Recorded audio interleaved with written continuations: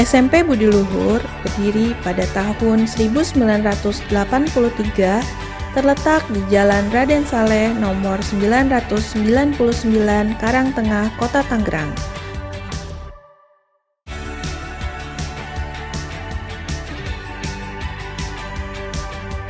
Visi dari SMP Budi Luhur yaitu mampu mengembangkan siswa menjadi sumber daya manusia yang cerdas berbudi luhur.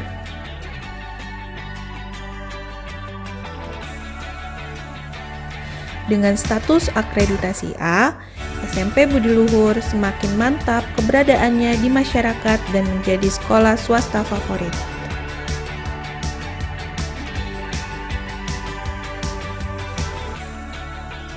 SMP Budi Luhur selalu berusaha meningkatkan kualitas guru, salah satunya dengan mendukung kegiatan program profesi guru. Saya, sebagai calon guru profesional yang bersertifikat, akan berusaha semaksimal mungkin dalam mengikuti kegiatan ujian kinerja PPG dalam jabatan tahun 2022. Assalamualaikum warahmatullahi wabarakatuh. Perkenalkan, nama saya Yulia Duyati. Saya dari SMP Budi Luhur. Saat ini saya sebagai mahasiswi PPG Universitas Pendidikan Indonesia jurusan Pendidikan IPA PPG dalam jabatan kategori kedua tahun 2022. Pada ujian kinerja kali ini, saya mengangkat masalah literasi dan numerasi siswa yang masih rendah pada bab atau materi sistem peredaran darah. Usaha atau solusi yang akan saya berikan yaitu memberikan pembelajaran berbasis masalah atau problem based learning kepada siswa disertai dengan NKPD berbasis literasi untuk meningkatkan kemampuan literasi dan numerasinya. Selamat menyaksikan. Assalamualaikum warahmatullahi wabarakatuh. Waalaikumsalam warahmatullahi wabarakatuh. Selamat pagi semuanya. Selamat pagi. Salam Budi Luhur. Salam Budi Luhur. Ya, silakan Adit pimpin teman-temannya untuk berdoa. Teman-teman, sebelum kita belajar, mari kita berdoa. Berdoa dimulai.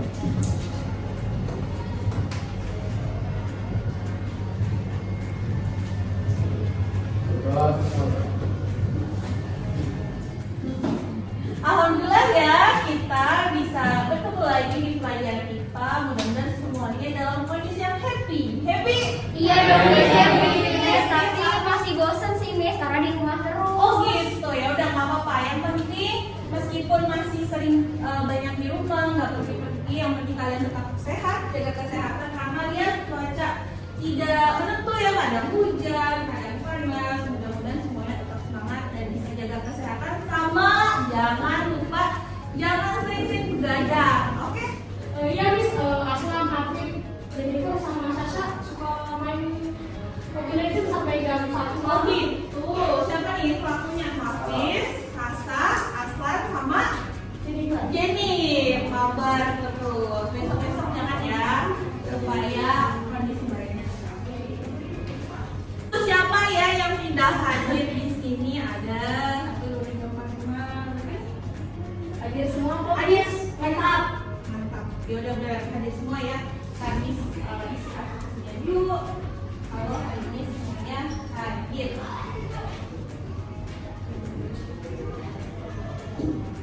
Edric, kenapa? Dik, Ya, Miss. kenapa kamu tidur-tiduran kamu? Ngantuk. Ngantuk? Ya udah kamu cuci muka dulu ya. Ya, oke. Baik, sambil nunggu Edric ke toilet, kita siapkan dulu ya slide-nya. Hari ini kita belajar apa? Siapkan bukunya, buku catatannya, buku paketnya, karena kita akan melanjutkan materi sistem peredaran darah yang minggu lalu sudah disampaikan. Baik, hari ini yang akan kita lakukan lumayan padat. Nah, sebelum kita masuk ke tujuan, kegiatan apa saja yang dilakukan, dan nanti penilaian apa saja sih yang Miss ambil dari masing-masing dari kalian. Nah, untuk yang pertama, kalian harus tahu dulu tujuan yang akan kita dapatkan dari pembelajaran ini. Yang pertama, yaitu dengan kegiatan praktikum dengan menggunakan stopwatch dan tensimeter, nanti kalian dapat mengidentifikasi pengaruh dari aktivitas jenis kelamin terhadap denyut jantung dan tekanan darah dengan teliti dan jujur. Jadi di sini kalian harus teliti dan jujur dengan data hasilnya apa adanya. Yang kedua, melalui hasil praktikum dan diskusi kelompok, kalian dapat menganalisis hubungan antara aktivitas dan jenis kelamin terhadap frekuensi denyut jantung dan tekanan darah dengan teliti dan jujur juga. Jadi tentunya di kegiatan kali ini kalian selain harus teliti, harus jujur.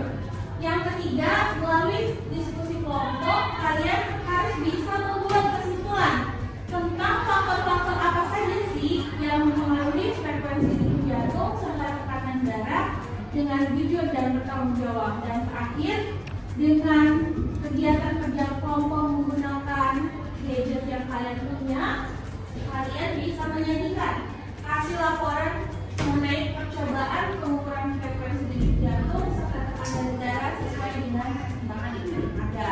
Dan jadi untuk kegiatan pembelajaran kali ini, Miss akan mengurangi penggunaan kertas sehingga apa yang kalian catat angka lebih baik dicatat di LKPD yang bisa dibuka dari mana. Paham sampai sini? Jadi hari ini kita praktikum mandiri. Iya, betul sekali. Hari ini kita akan melaksanakan praktikum mandiri. Next ya, kegiatan yang dilakukan tadi antara ada praktikum ya, tetapi sebelumnya yang akan kalian lakukan yaitu kegiatan literasi. Jadi ada literasi, praktikum atau eksperimen, diskusi, dan di akhir ada kegiatan evaluasi. Nah, penilaian apa sih yang diambil oleh Miss di kesempatan kali ini, di pertemuan ini? Yang pertama, penilaian kelompok Miss ambil dari pengerjaan LKPD-nya. Nanti Miss lihat setelah diskusi LKPD-nya seperti apa, Miss nilai itu jadi nilai kelompok. Kemudian di tes evaluasi jadi nilai untuk masing-masing individunya. Dan terakhir di keterampilan literasi itu akan Miss amati masing-masing dari kalian melalui lembar observasi yang Miss pilih. Jadi ada 3 penilaian ya untuk pertemuan kali ini. Miss, Miss, jadi tensimeter dan stopwatch yang harus dibawa itu untuk praktikum hari ini ya, Miss? ya betul. Jadi tensimeter dan stopwatch yang Miss minta bawa minggu lalu itu akan kita gunakan di pertemuan kita. Oke, sebelum kita masuk ke kegiatan utama, Miss punya motivasi dulu. Miss punya sosok tokoh, seorang tokoh namanya Ibnu Sina. Nah, Ibnu Sina ini merupakan filsuf Muslim dan beliau merupakan seorang dokter yang dikenal sebagai Avicenna namanya. Nah, bukunya itu judulnya The Canon. Nah, Ibnu Sina ini meneliti seluruh pengetahuan tentang medis, termasuk yang menginisiasi atau yang menemukan bagaimana sih cara perhitungan denyut jantung, bagaimana sih caranya mengobati orang yang terkena penyakit jantung. Nah, ini oleh beliau. Jadi beliau ini menemukan katanya nih di tulisan yang buku Canon itu ada seperti ini kalimatnya. Setiap denyut nadi terdiri atas 2 gerakan dan 2 jeda sehingga alurnya adalah ekspansi, jeda, kontraksi, jeda. Maksudnya apa? Maksudnya coba kalau kalian mendengar denyut kalian jantung sendiri gimana? Yang mudah megang apa supaya terdengar suara denyut jantung? Megang apa? Nadi ada di mana saja? Tangan sama di leher.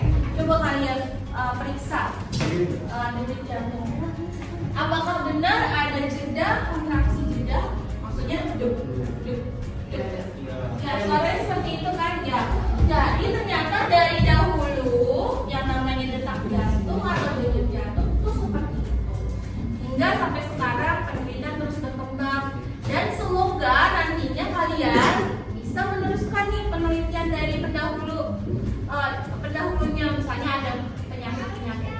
baru muncul sekarang, kalian bisa jadi penemunya, bisa jadi dokter. Siapa mau jadi dokter? Oh jadi Farah kasih amplop dong, mudah-mudahan.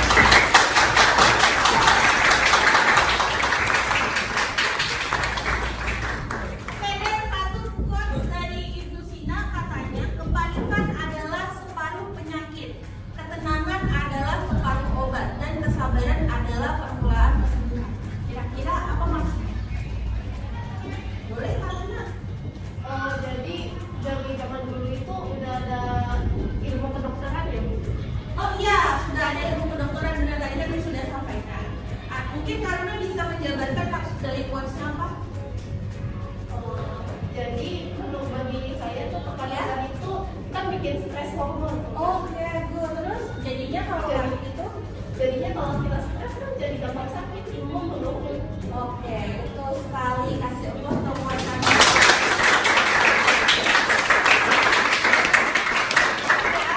Jadi kalau mau tubuhnya tetap sehat, jangan stres.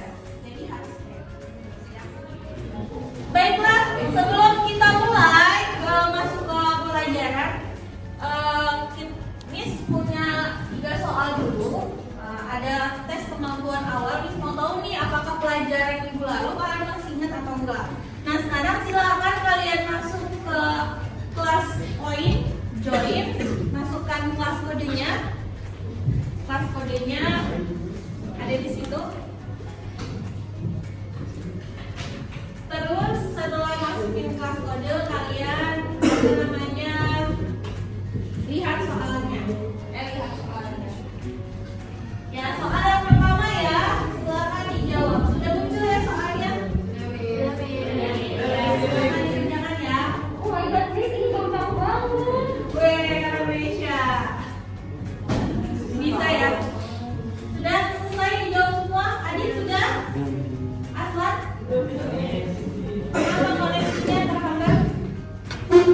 Nih kalau dari itu dikoneksiin dia, ini nggak bisa join. Nah nih, jahit dulu ininya. Oke, kalau sudah, Layarnya nggak bisa dipencet, Miss. mulai ya? Iya, Miss, mulai. Ya udah, coba di refresh lagi ya. Refresh dulu ya, Miss. Ya, di refresh ya. Tapi ini jawabannya udah masuk kok. Nah, udah lengkap. Oke, selesai. Cuma 3 pertanyaan. Siapa yang mau semua? Ya, yang nilainya masih kurang ada Jennifer, kemudian tadi tuh ada siapa nih? Edric sama Gersela. Ya, kenapa? Jawabannya banyak yang salah. Jennifer, Aku lagi gak enak badan. orang gak enak banyak. Mudah-mudahan kamu sembuh ya. Kalau Gersela sama Edric, kenapa jawabannya? Ngebleng. Oh gitu. Ya udah besok-besok lebih tingkat lagi tuh. Jadi jangan lupa istilahnya kan yang banyak kalau di biologi, jadi harus sering dibaca ya. Oke, kita bahas sedikit tadi untuk apa namanya, untuk materi yang pertanyaan yang pertama. Organ mana nih yang berfungsi mengalirkan darah ke seluruh tubuh? A, B, C, D. D. Jantungnya ada berapa ruang jantungnya? 4. Dan terakhir, pada saat jantung bekerja, mekanismenya disebut denyut. Iya, denyut. Ya. Silahkan kalian lihat, cek di Google Classroom kalian. Ini sudah memposting artikel berita. Ada artikel berita di situ, silahkan kalian baca dulu. Miss kasih waktu 2 menit untuk membaca. Setelah itu silahkan ungkapkan apa yang berhasil kalian dapatkan informasinya dari situ.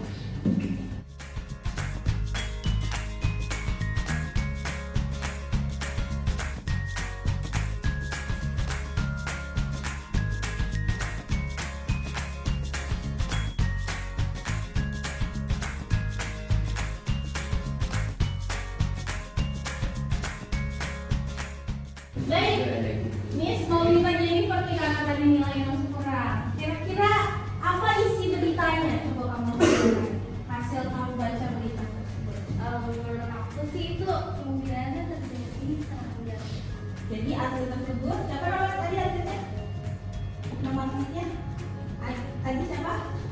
Ricky Yaakobi. Iya, Ricky Yaakobi mengalami sangat jauh. Ada lagi pendapat lain mungkin? Dimas mau berpendapat? Mungkin atlet ini mungkin kekurangan oksigen, mungkin dia ngos-ngosan dan pasokan oksigen ke otaknya mungkin kurang, Miss. Oh iya betul, karena kan kalau lagi main bola siapa nih yang ekskul yang besar ini? Ya kalau main bola kan lari ya, terus ngos-ngosan akhirnya sesak gitu di kurang oksigen sehingga dia iya. Selain itu ada apa lagi kira-kira dari artikel tersebut yang bisa didapatkan? Ya benar ya, tadi yang diungkapkan Jennifer dan Dimas bahwa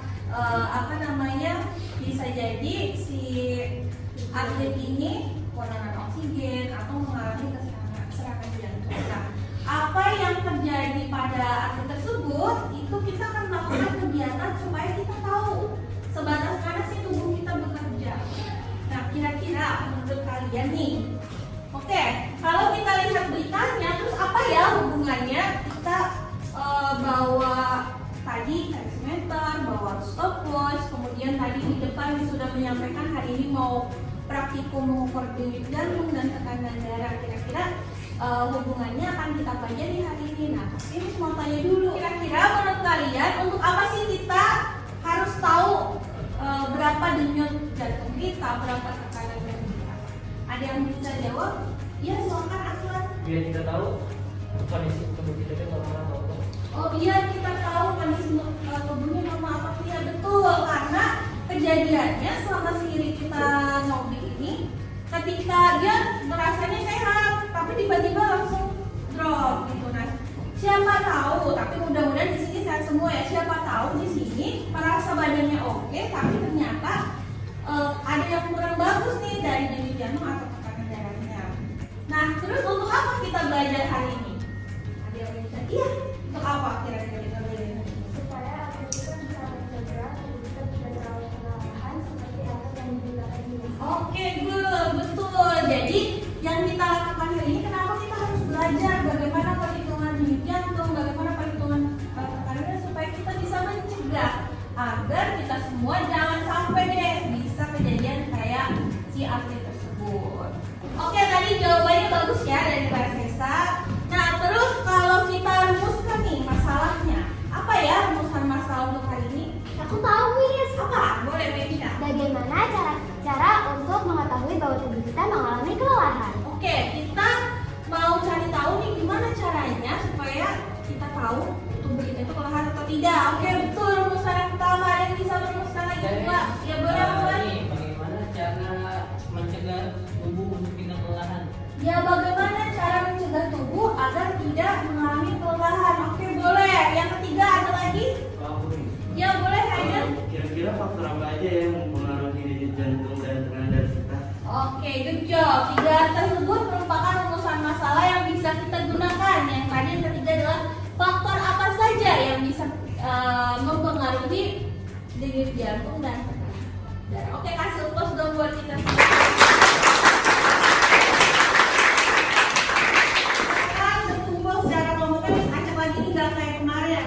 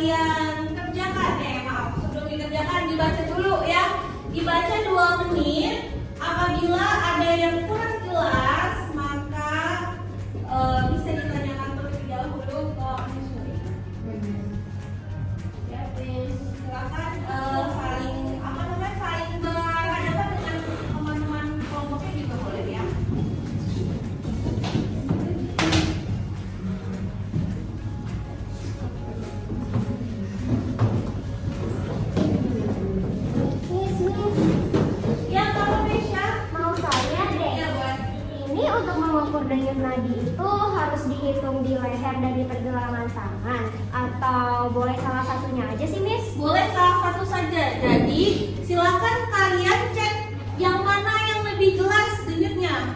Kalau ternyata di pergelangan tangan kurang jelas, maka cari di leher. Tapi kalau misalnya dua-duanya jelas, pilih salah satu yang menurut kalian enak untuk menghitungnya, baik itu di pergelangan tangan maupun di leher ya. Jadi salah satu saja, coba kalian pilih yang mana yang terbaik. Oke, Miss. Iya, Misha. Ada lagi yang ingin ditanyakan? Belum ada. Silakan baca dulu ya. Nanti ini Miss ulang dulu ya. Jadi nanti silakan kalian baca dulu pengantarnya dengan teliti bersama-sama dengan teman-temannya. Kemudian kalian melakukan eksperimen ya. Nanti kalian melakukan eksperimen. Oh iya, Miss lupa. Jangan lupa untuk menulis rumusan masalah yang tadi. Tadi kan teman-teman mengemukakan rumusan masalah tuh. Kalian bisa tulis di sini ya. Kemudian kalian lakukan tahapan kerjanya sesuai dengan KPD. Hasilnya ditulis di tabel seperti ini ya. Di tabel diisi kalian coba. Ada lagi yang ingin ditanyakan? Tidak ada. Baik, kalau tidak ada, silakan kalian lakukan percobaan penghitungan denyut jantung selama 30 menit. Maksudnya sama rekan dar ya, selama 30 menit secara berkelompok. Setelah itu isi AKPD-nya dengan dalam. Ya, silakan bekerja.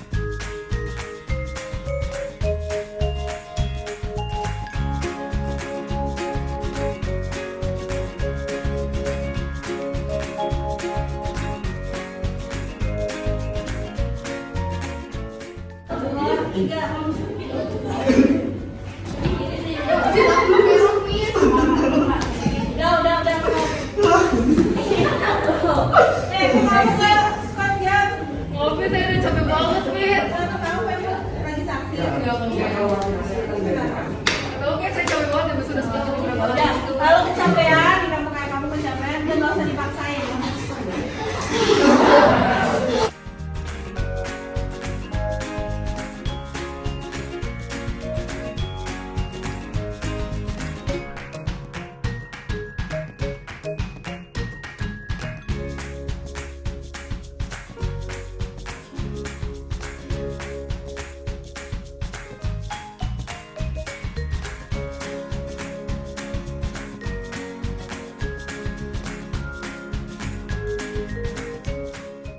Jangan lupa, jangan berisik dulu, tolong jangan berisik dulu. Tolong untuk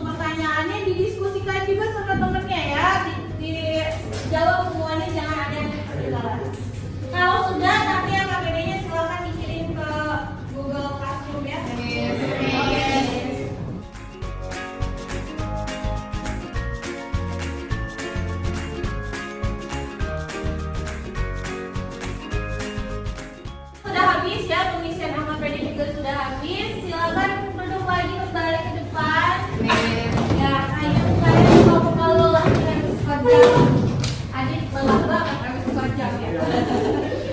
Oke, kalian lihat ke depan, silakan kalian pilih ekspresi mana sih yang kalian rasakan setelah praktikum pengambilan data dari jantung dan tekanan darah tadi.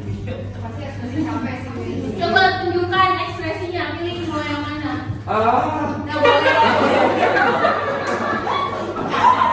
Ya, silakan. Kasih ekspresinya mau yang mana? Ada yang seperti itu. Kenapa ya? Oke. Good, bagus. Tadi Miss lihat setiap kelompok melakukan pengamatan pengambilan data dari jantung dan tekanan darah dengan baik. Kemudian juga yang squat jam ya, walaupun ada yang nggak squat jam atau squat jamnya apa namanya ngambil ngurang-ngurangin di atas squat jamnya nggak apa-apa, tapi yang penting datanya sudah diambil. Dari data tersebut kita lihat ya, ini KKP-nya sudah ada di Google Classroom tadi, ini sudah download. Kita lihat untuk yang kelompok 1 dulu. Nih, untuk yang kelompok 1, untuk kelompok 1 di sini sudah diisi dengan lengkap, bagus ya. Untuk kelompok 2, Miss lihat tadi, kelompok 2 juga sudah diisi lengkap. Untuk kelompok 3,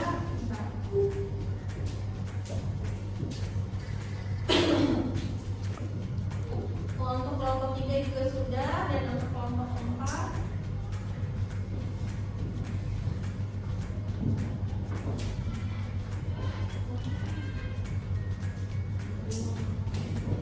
kelompok 4 juga bagus ya. Kalau misalnya kalian sulit untuk mengerjakan grafiknya itu pakai handphone, kalian boleh grafiknya manual, foto, kemudian disisipkan di atas. Bagus nih untuk kelompok 4 ya. Kasih applause dulu dong untuk kelompok 4.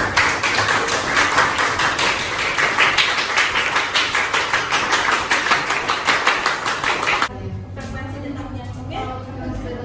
Detak jantungnya tadi kita ukur itu 80 bpm.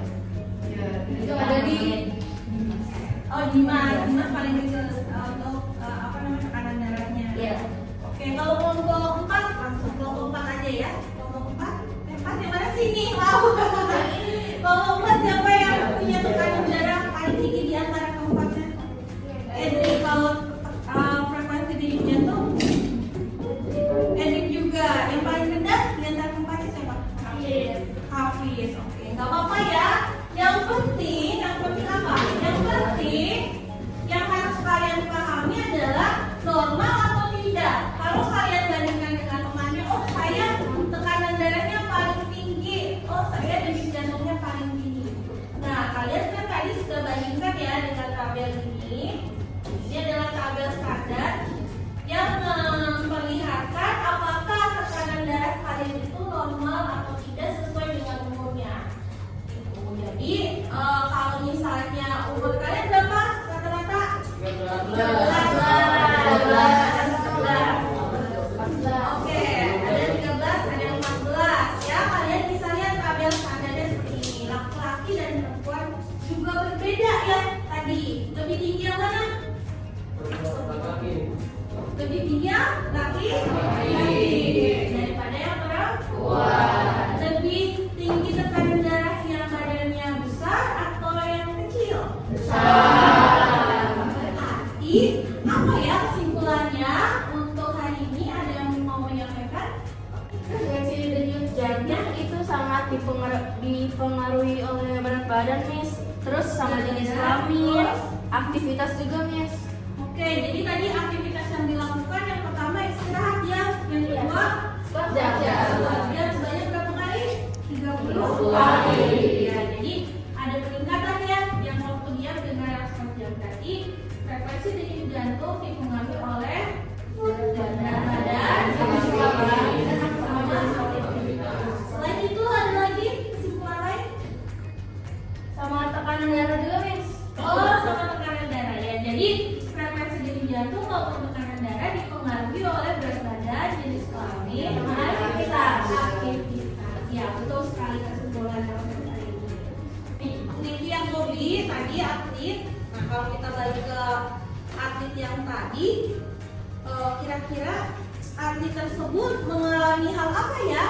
Atau apa yang berkaitan dengan frekuensi jantung dan tekanan darah? Oke, jadi kalau kita kaitkan kesimpulannya frekuensi denyut jantung, tekanan darah itu dipengaruhi oleh 3 faktor ya. Kalau kita kaitkan dengan kasusnya atlet yang tadi di awal di artikel, nah berarti apa penyebab atlet tersebut bisa langsung meninggal ketika bermain sepak bola? Ya apa? Ini Iya, Pak. mungkin karena udah terlalu capek nih, jantungnya bekerja berlebihan. Tapi sudah terlalu capek, jantungnya bekerja berlebihan sehingga frekuensi denyut jantungnya sudah di atas normal. Ya. Makanya dari kalian di sini juga sama ya, ketika kalian merasa sudah capek, denyut jantung kalian merasa dulu, hentikan aktivitasnya seperti tadi ya. Ketika Gersila sepanjang ternyata mas-masan jangan terlalu dipaksakan. Oke, setelah diskusi dan pengerjaan KPD tadi, ini sudah memberikan beberapa soal yang berkaitan dengan pengerjaan KPD. Silakan kalian cek di Google Classroom, klik linknya di Google Formnya yang ada di Google Classroom. Silakan kalian kerjakan selama 10 menit. Setelah itu diklik submit. Nanti kita lihat hasilnya. Siapa yang sudah paham mengenai materi hari ini yang persiapan dulu?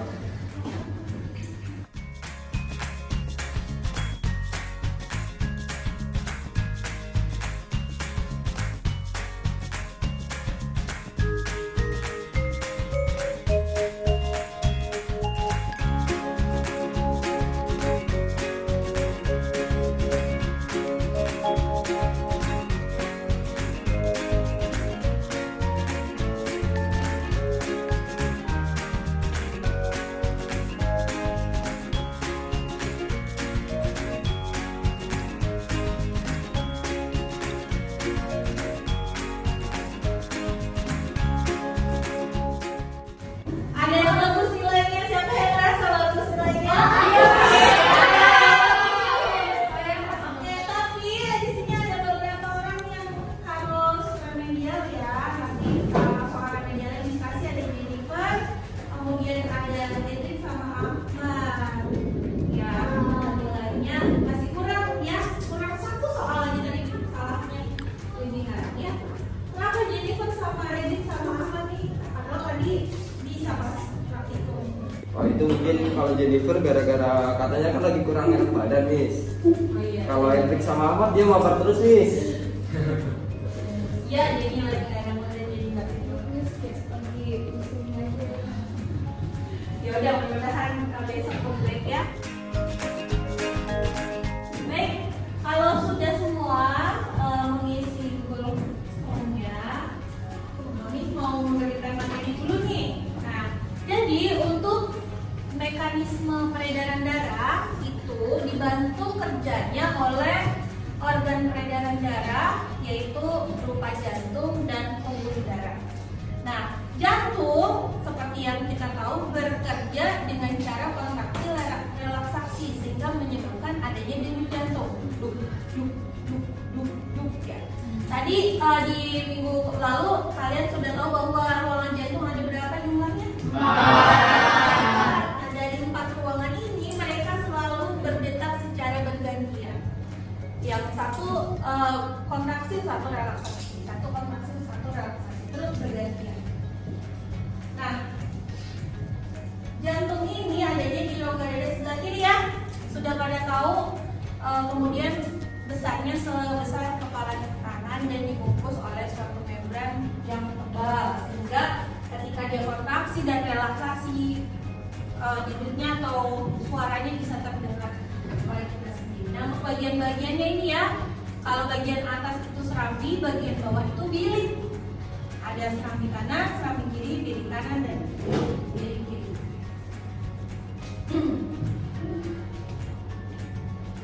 Nah, si jantung ini akan mengedarkan darah dari jantung melalui pembuluh darah.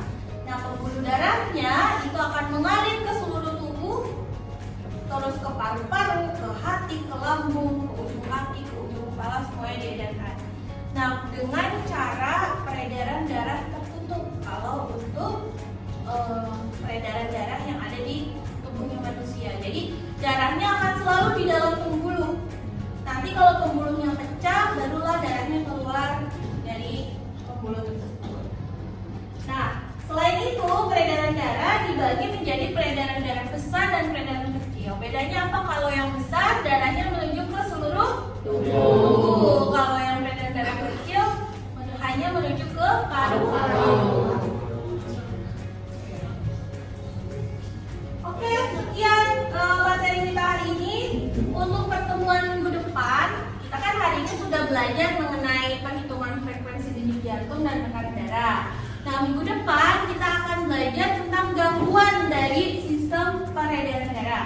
Jadi, Miss harapkan kalian di rumah untuk baca-baca dulu ya materinya tentang macam-macam gangguan sistem peredaran darah, sehingga ketika bertemu Miss kalian sudah ada gambaran. Oke, untuk menutup kegiatan hari ini dipimpin doa oleh gantian ya wakil ketua kelas Jessica. Silakan dipimpin oleh Jessica. Baik, Miss.